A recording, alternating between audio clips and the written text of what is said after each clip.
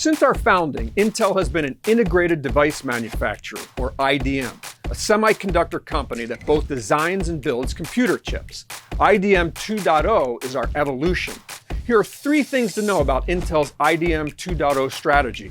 First, we will continue to build most of our products in Intel factories, remaining a global leader in chip making and process technology. Second, we will expand our use of external foundries to make some of our products. Foundries already manufacture a range of Intel products, from communications and connectivity to graphics and chipsets. Third, Intel Foundry Services will serve the exploding global demand for chips. We will make them for fabless companies offering our world-class process technologies, advanced packaging, and a broad IP portfolio.